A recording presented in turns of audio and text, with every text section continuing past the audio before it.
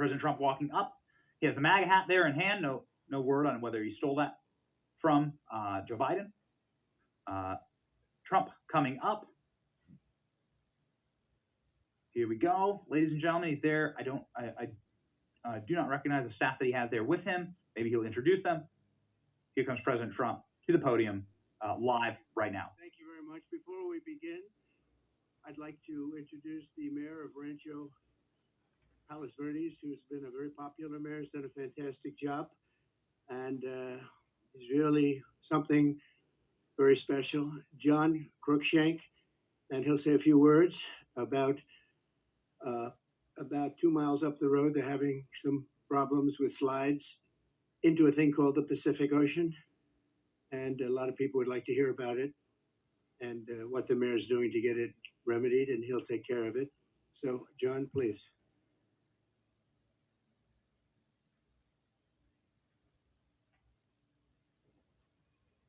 Well, I was only expecting to come speak with the president today, and he's gracious enough to invite me to speak to you all, which is an important moment for the city of Rancho Palos Verdes. In 2002, the Trump Golf Course opened up here, and they've been a great business here in our community. As the president mentioned, our city has been having a lot of issues with a landslide that's less than a mile from here. We have about 600 homes, several thousand residents that have been affected. They've lost power, gas, and it's been moving at an unprecedented rate for the last couple of years because of the rain. We believe we can solve the problem, but we really need the assistance of the state of California and the federal government. We have solutions out there for that, but the problem is bigger than the city of Rancho Palos Verdes, and so it's important that we get the attention and the help of the people of California and of the federal government. So I'm here to thank the president of having me here today. Obviously, I'm a tiny bit nervous. This is a very big deal. Thank you. So anyhow, we very much appreciate you all being here. And of course, I know you're here for the president, but covering what's going on in our city is really important. And it's meant a lot to our community of 42,000 people. So thank you so much. We know that there is light audio. We are aware of that. We're reading the comments. Let's listen to what happens when Trump, this is Trump's feed.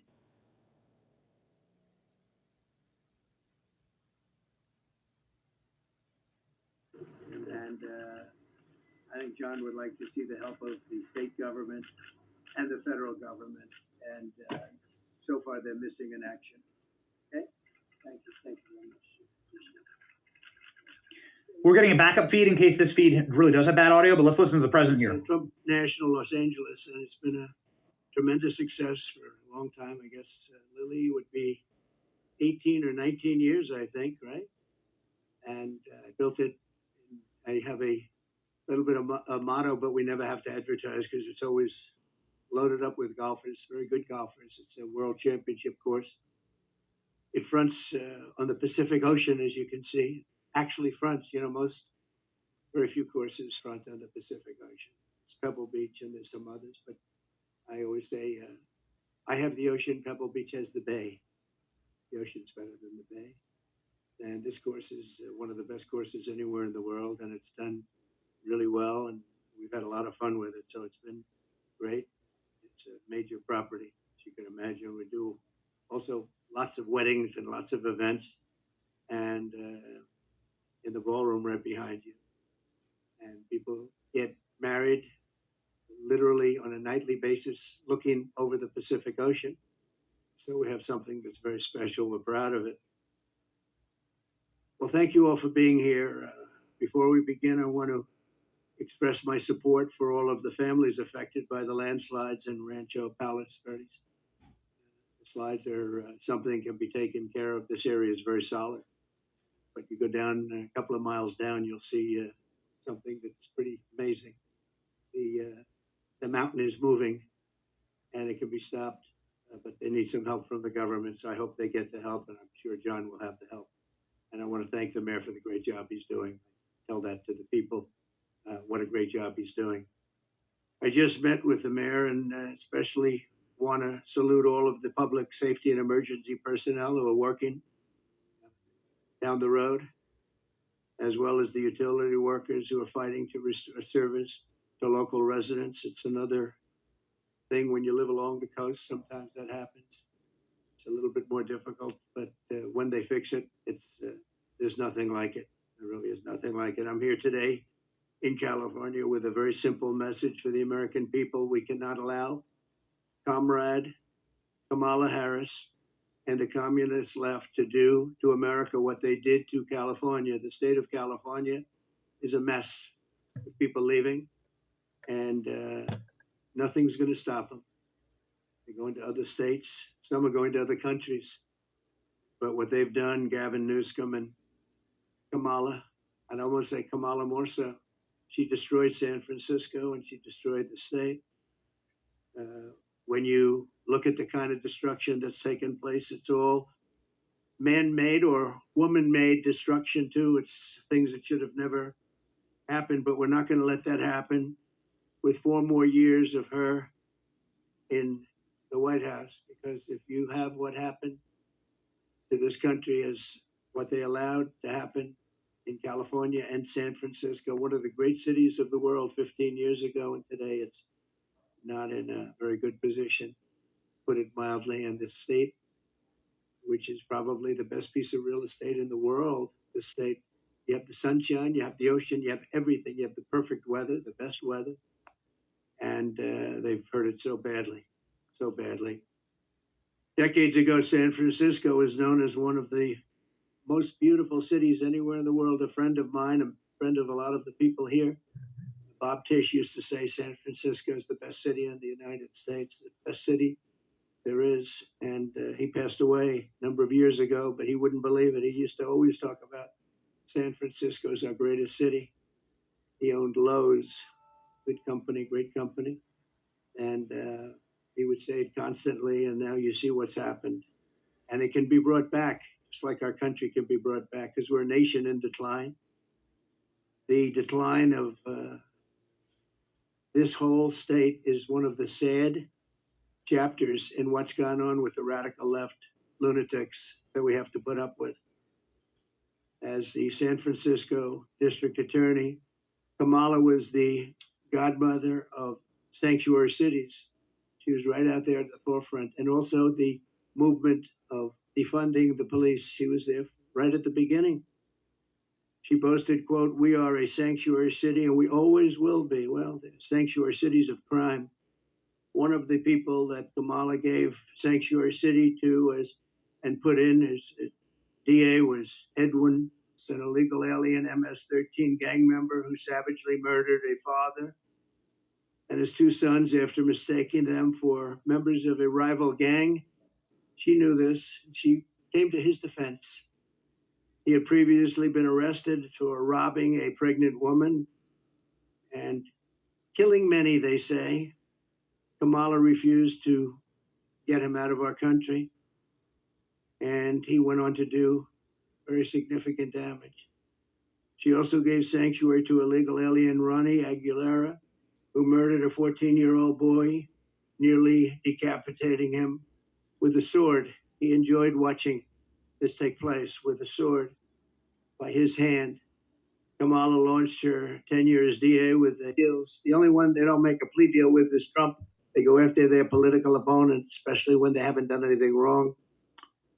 So, ladies and gentlemen, we've switched the feed to increase the audio. Yesterday in Atlanta, Georgia, it's all politically inspired. It's all against their political opponent. We won the case in the big case. They said the big case. I've completely won that case. The documents case in Florida, case was thrown out. The deranged Jack Smith, deranged prosecutor, that if he devoted his efforts to violent crime and to the border, which they should have, would be in a lot better position as a country. In one sweetheart deal, Kamala gave only 12 years to a monster known as David Taylor, who got high on crack and murdered a 65-year-old mother with a hammer and a pair of scissors. He wanted to come out, and she wanted to get him out as quickly as possible. And another plea deal, she gave only 6 years to a man who killed a disabled veteran with a knife and then left his body to rot in a bathtub. Kamala refused to seek the death penalty for a gang member who murdered San Francisco police officer Isaac Espinoza during a traffic stop, very innocent traffic stop. She didn't have the decency to call his family, never did, to explain her decision. Why would you do this? Why would you give such leniency to somebody that just killed the police officer, but her son? This was a major reason why the San Francisco Police Officers Association has refused to endorse her in every single race since she became district attorney. The police don't endorse her. She's got virtually no endorsements now, but I have almost every police group in the United States. We just got the endorsement of almost 400,000 police. We saw that the other day. Fraternal order, and it's the largest police group in the country. But we have the endorsement of every sheriff, just about every single police group in the United States. And unadulterated, they are so happy to endorse. After Kamala Harris and Gavin Newsom took charge of San Francisco, homelessness increased by over 200%. While Comrade Kamala Harris was Attorney General of this state, murders rose significantly. Car thefts went through the roof. Gun assaults rose at levels never seen before. And forcible rape went up by much more than the 73% that they reported. As Attorney General, she defined child sex trafficking, assault with a deadly weapon, and rape of an unconscious person as nonviolent crimes. She put them in a new category as nonviolent. Now, as vice president, she's facilitated the largest wave of sex trafficking and human trafficking in history, the history of our country by far.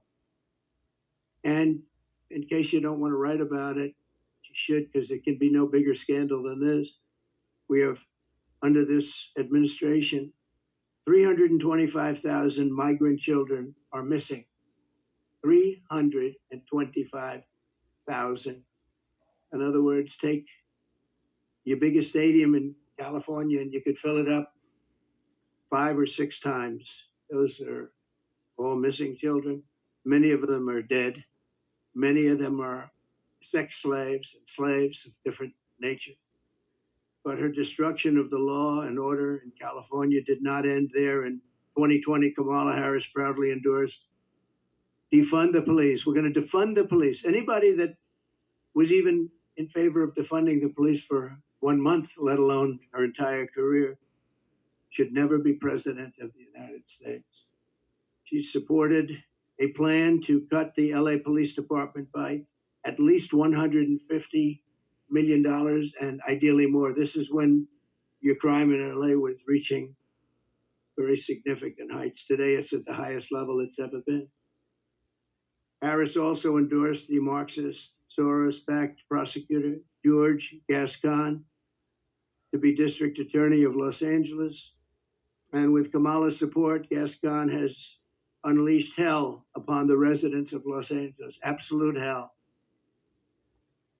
Kamala supported Gascon's decision to stop prosecuting criminals for trespassing, disturbing the peace, making criminal threats, loitering to commit prostitution, and resisting arrest. And these are some of the best areas in your state.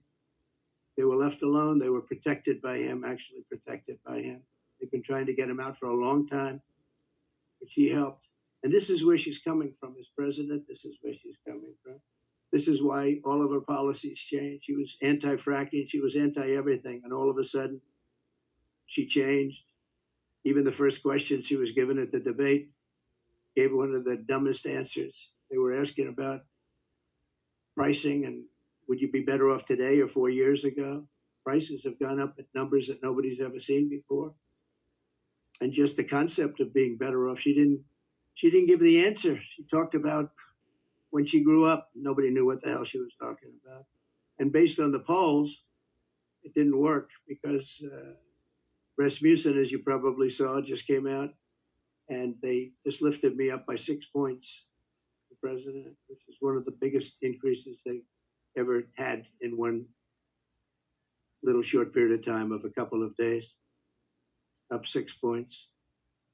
And I thought the debate was great. I thought I did very well, but I was fighting three people. I was fighting the crazy left radical lunatics at ABC, I think considered the worst, by me, considered the worst broadcaster out there. George Slobodanopoulos, that whole group, they're bad. And I lost a lot of respect for David Muir. He came at me with things, and we'll go over it in a second, but I was right about the crime stats going way up. The fact is, the FBI didn't report them, and we're able to keep the stats essentially flat. But the new numbers came in. I guess somebody in government likes me because the new numbers were just released, and you'll see the kind of numbers that we're talking about. Went not only up, but up at record levels like nobody's seen before when everything was included. And thanks to Kamala, since 2020, crime and drug overdose deaths here have skyrocketed by 40, 50, and 60%.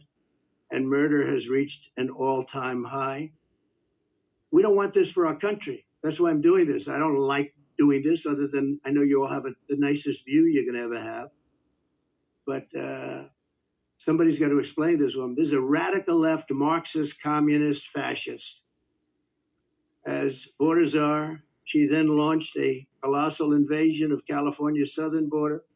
Just yesterday, the Wall Street Journal reported that a Venezuelan gang is expanding its deadly reach in the United States.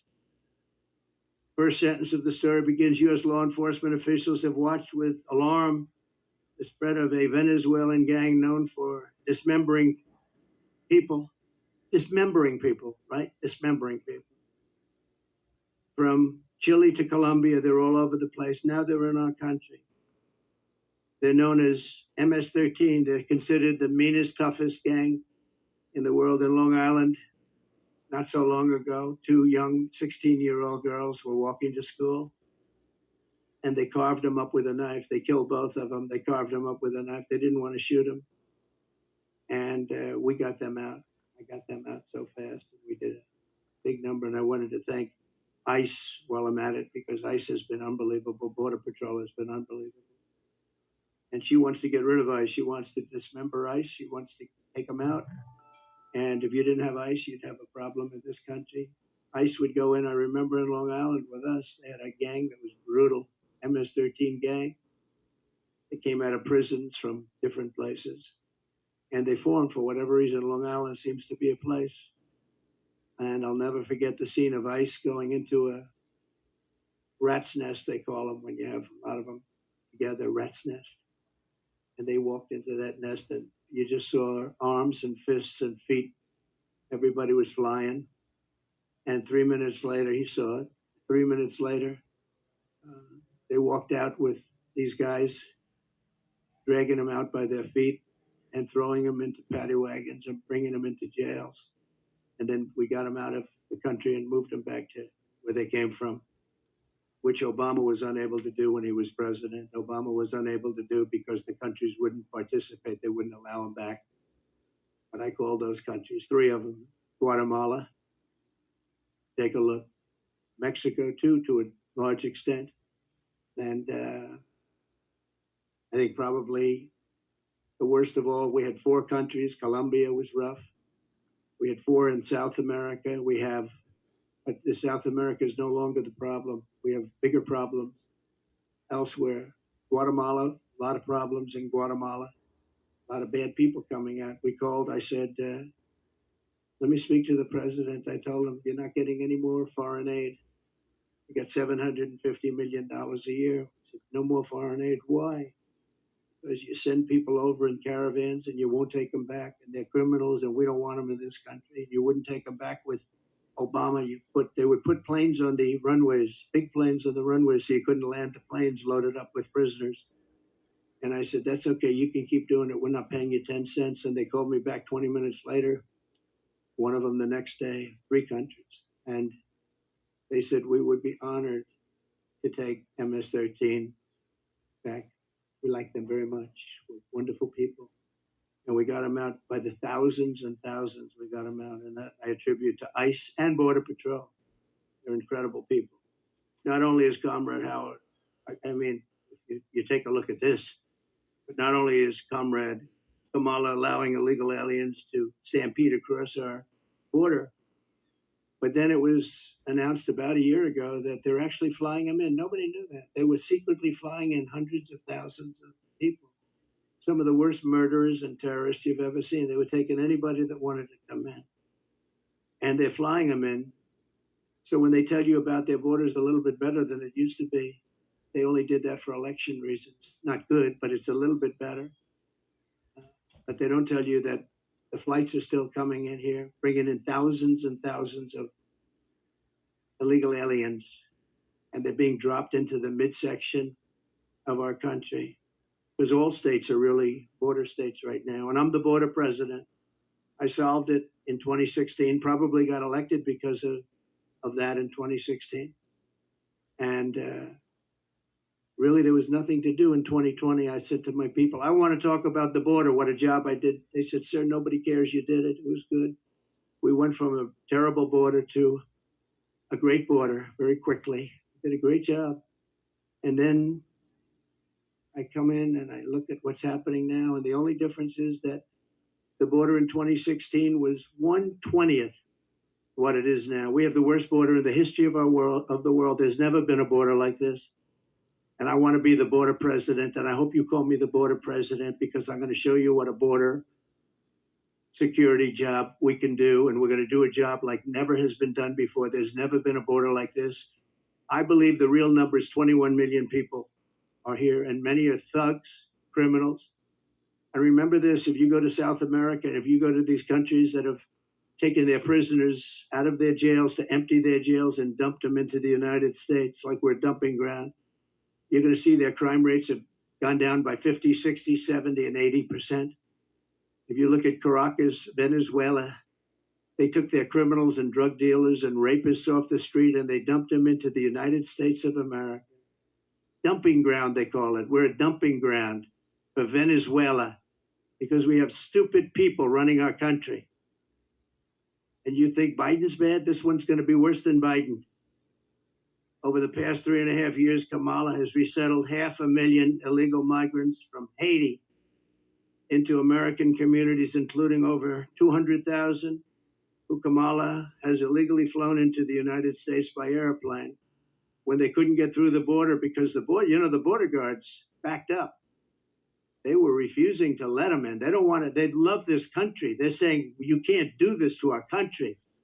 They flew them in right over the top of the border guards. And they're doing it right now. They're doing it right now. In Springfield, Ohio, 20,000 illegal Haitian migrants have descended upon a town of 58,000 people, destroying their way of life. They've destroyed life. So people don't like to talk about it because even the town doesn't like to talk about it because it sounds so bad for the town. They live there. They're proud. They love the town. For years, it was a great place, safe, nice. Now they have 20,000, and I actually heard today it's 32,000, the new number. Illegal aliens are now coming in from all over the world, from prisons, jails, mental institutions. They're coming in at levels that we've never seen before. We cannot let this happen to our country. And I will be your border president. And I hope you call me a border president. I never thought I'd have to say that again because we fixed the border and now it was 100% beautiful. And that includes fentanyl and drugs and everything else. We had it fixed and now nobody's ever seen anything like it. And I guess they want to do it because we built hundreds of miles of wall and we had hundreds of miles, I said, after we completed, much more than I said I was going to complete. And it had a huge impact. But after I completed it, we had all of this wall to be put up. It could have been put up in 200 miles, could have been put up in 3 weeks, would have been totally sealed and much larger than I originally said, but it worked so well. We were doing so well. And not only didn't they put it up, they sold much of it for 5 cents on the dollar. Very expensive wall, has wires inside of it for technology. Hardened steel, hardened concrete, and rebar. They wanted all three. I did it as per the Border Patrol. I disagreed with the look. They said, sir, this is the only way. We had to put a anti-climb panel on top. The panel on top is an anti-climb panel. I said, I don't like the way it looks. They say, I know, but it stops people from climbing. I said, all right, we'll do it the way you want. A president has a duty to keep you safe. Kamala will turn America into a poor, violent, third world refugee camp. It already sort of is. We have elections that are a mess, and we have a border that's the worst of any border ever in the world. There's never been a country ever in the world that's allowed 21 million people to come across in a short period of time. And children and the children of American citizens are at the mercy of barbaric criminals. You take a look at what's happening in Colorado. The governor's afraid to even talk about it. The governor is a Democrat. Colorado, I hope you're going to vote for Trump because you're being stampeded by your own politicians. The governor can't talk about it because he can't go against the policies of these lunatics that want all these people to come into our country without knowing who they are. We don't even know where they come from. As of last week, I was told by Tom Homan, we had 168 countries represented over the last 12 months. In other words, people came in illegally from 168 different countries. Most people don't know there's that many countries. There's more than that in the world. We'll know them all pretty soon, I'm sure. In breaking news yesterday, the premier statistical agency at the Justice Department, you remember where David Muir tried to correct me when I said that crime is rampant like never before. He said, oh no. He said, crime is going down. He said, where are you coming from? And you know, you wouldn't have to need a Bureau of Justice statistics to know that crime is worse than it's ever been. And I guess they probably watched the debate and they heard this foolish man, this foolish fool make that statement to me that no, crime is coming down. The FBI said it was coming down. The FBI defrauded everybody because what they did is they used statistics not including some of the worst areas and some of the worst cities. So the real numbers are from the Bureau of Justice Statistics, and they just released it. So I think they probably like me because they wanted to defend me from people that are not smart. From a guy who has good hair, but not as good as it was 5 years ago, to be honest. And they just released brand new numbers just out last night, late, showing that since 2020, so this guy, David Muir, was correcting me, the FBI. Now, the FBI defrauded, just like they defrauded on the jobs, 118,000 jobs that didn't exist. The FBI, in this case, defrauded. So violent crime, just out, nationwide is up 40%. Rape is up 42%. Car theft is up 42%. Aggravated assaults are up 55%. And violent attacks on strangers are up much more than 61%.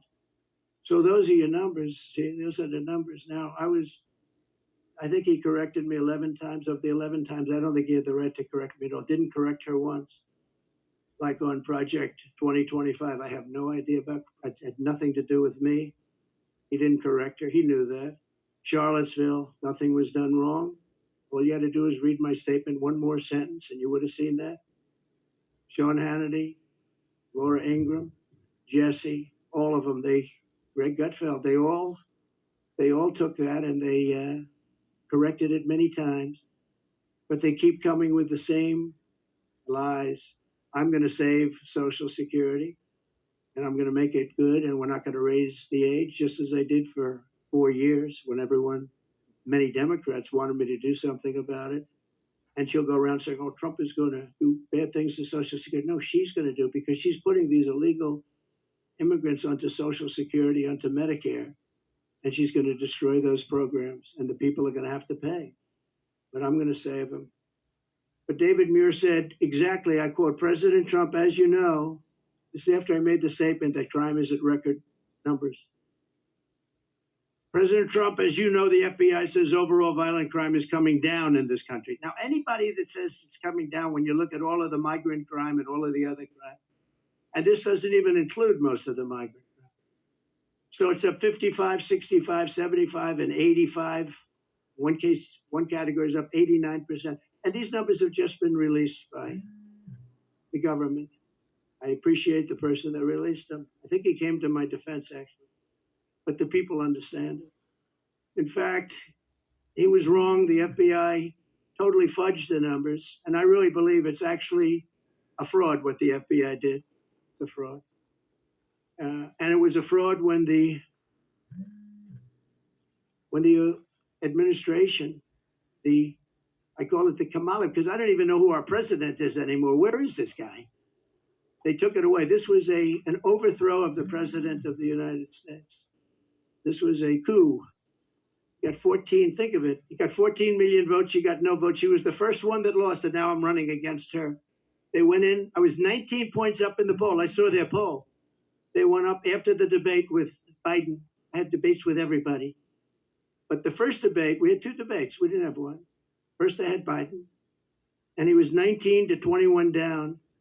And they went, that's when they went, and they said, you can't win. You're going to get out. And he said, no, I'm not. I'm not going to get out, which was his right to say. They said, well, if you don't get out, we're going to execute the 25th Amendment. And he said, like I said, I'm going to get out. And he hates her beyond any, I think he hates her probably almost as much as he hates me. I think he still hates me a little bit more. But he hates her. He hates her. He hates what she did. And, you know, when they talk about democracy, well, that's not democracy. He had 14 million votes. She had none. And she was the first one out of the 22 people or so that ran as a Democrat. She never made it to Iowa, first state. She never made it to Iowa. She was the first one out, and now she's running. So you tell me how that works. They wanted to be politically correct, that's all. But we're not going to let her destroy our country. In fact, the David Muir character, he's lost so much respect. Everyone's talking about him. He's a joke.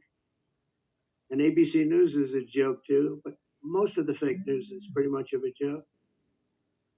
He said that the FBI, and he didn't know this, I guess, at the time, he probably did, but the numbers and the cities that weren't included in those numbers were Chicago, Los Angeles, San Francisco, Oakland, New Orleans, and many others of similar crime numbers. In other words, so they didn't include the worst crime numbers in the country. Look at those numbers. Chicago's not included. Los Angeles not included.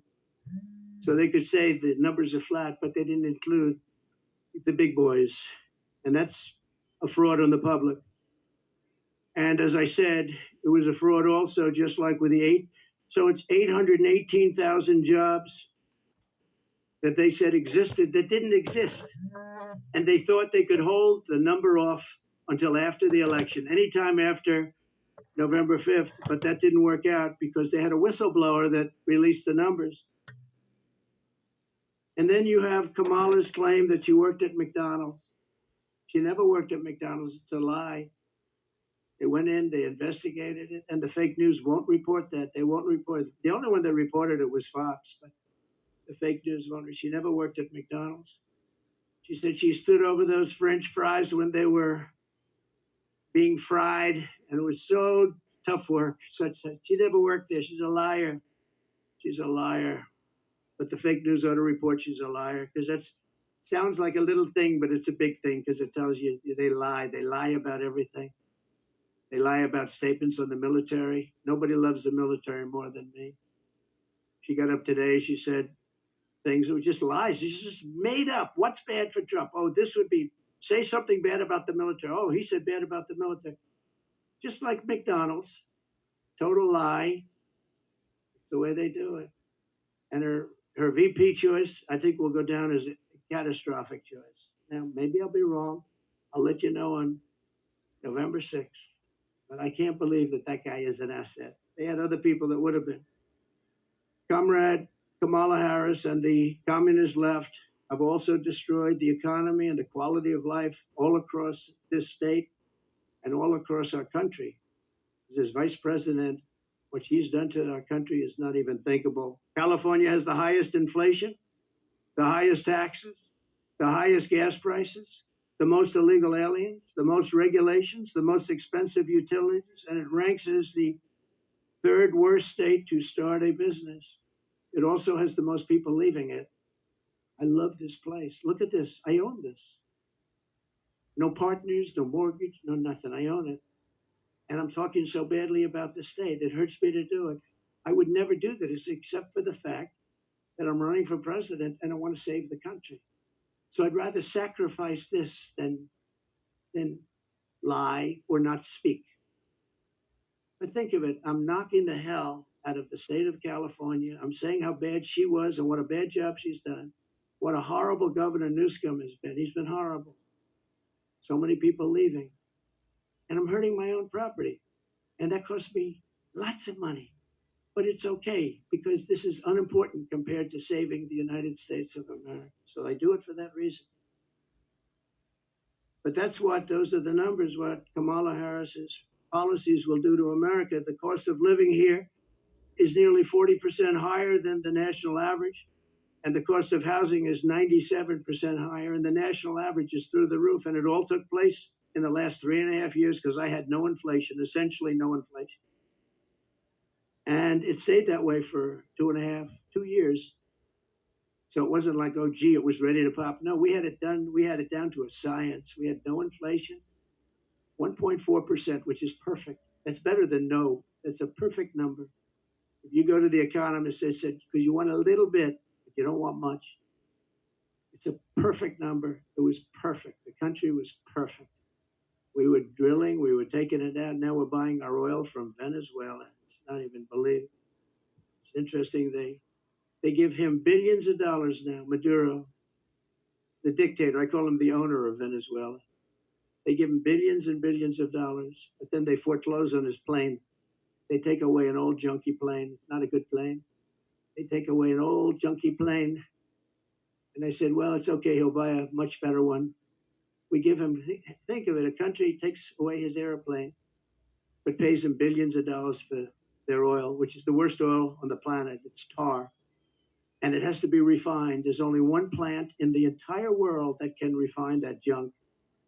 And you know where it's located? In Houston, Texas, for the environmentalists. So Houston, Texas is refining tar, and that stuff is going up into the air. It's the only place in the whole world that can refine that very bad stuff. The state is rapidly going busted with a record $68 billion budget deficit last year, $68 billion deficit for a state. And the government is so incompetent that it costs $1.7 million to install a single public toilet in San Francisco. They built a toilet for $1.7 million. And it's not even nice. I saw pictures of it. I built this whole thing for less than that. Unsurprisingly, more Americans are now leaving California than any other state in the union, and over 500 companies have left since 2020. It hurts me to say it. Look, I have this unbelievably valuable asset, and here I am knocking the hell. I'm sitting here thinking, and I know this, I've known it for every time I speak badly of New York. We have a very bad attorney general there. She's a political hack who got elected saying, I will get Trump, I will get Trump, I will get him, Letitia James. And they had a phony case where they value a house that's worth $1 billion to $1.5 billion at $18 million. The judge was corrupt. And she's corrupt, very corrupt person. It's a political hack. And then we have the other cases that they're all headed up by the White House. They sent their people in, one person in particular, but they sent their people in to head up the cases in the state. They sent their people in from the DOJ in Washington, highest officials, to go to Letitia James, work there, get that started, and then go to the DA in Manhattan. But I think the appellate courts are going to see what's happening. I really do. I believe in that. It's hurting New York because businesses are moving out of New York because of it. They used a consumer fraud statute, which has never been used before for this, to get me in New York. And I had no jury. You can't have a jury. You're not entitled to a jury. Nobody's ever seen anything like it. But I'm sure, I feel sure that the appellate courts will come in and defend, because otherwise our country is finished. Thing like that can happen. And no company wants to move into New York because of it. Very, very bad for New York. In the face of this crisis, the Kamala Harris Democrats in Sacramento, here in Sacramento and all over the place, just passed a bill that I think the governor is rejecting. I hope he rejects, but I think he was given a lot of pressure. $150,000 home loans for only illegal aliens. But the fact that it even passed, I would imagine he'd reject it if he hasn't already done so. They also passed a law that allows state authorities to take children from their parents if they don't, quote, affirm their child's gender identity. When Kamala Harris said the values that she has have never changed, I really think that was probably the only true statement that she made. They've stayed true, and you look at what they are. They're the same as what they were 5 years ago, 10 years ago. They want to confiscate your guns. They want to take your guns away. They're going to take your guns away if I'm not elected. Anybody that owns a gun, if you vote for them, you're crazy. Any Jewish person that votes for Kamala is crazy. She wouldn't go to see the Prime Minister of Israel in Congress. Think of that, because she had a sorority party, which she considered to be more important. It's a big deal when a Prime Minister comes to Congress and speaks, and she doesn't want to go because she's at a sorority party. But that wasn't really the reason. The really reason is that she hates Israel. And I say that Israel will not exist in 2 years from now if she's elected president. And she'll be very happy if that happens. Israel will not mark me down. You know, they have a hat, and I didn't put it. They say, you know, Trump was right about everything. I've been right about everything. So I end on that, and I just want to say that I'm going to hopefully be elected. Polls have gone way up since the debate. I'm going to be reelected and come in for a second time. We did, as I said, much better the second time than we did the first. Some bad things happened, but we're doing it now. And more importantly, I'm looking to the future. We're going to make our country bigger, better, greater than ever before. We're going to turn it around. We're going to get rid of the criminals that have been allowed to come into our country and prey upon our citizens, the children. Get them out. And it's an honor that you're here. If you'd like to take some questions. Ladies and gentlemen, So that's Donald Trump and his speech there. And I'd like to give a big shout out to Benny Johnson here and anybody that's on here. If you can, go over to Benny Johnson and give him a like, share, and subscribe to him, and let him know that Canada is behind Donald Trump. So until next time, folks, don't forget to like, share, and subscribe. Check me out on Twitter at MickeyAllen3, and I will see you on the next one.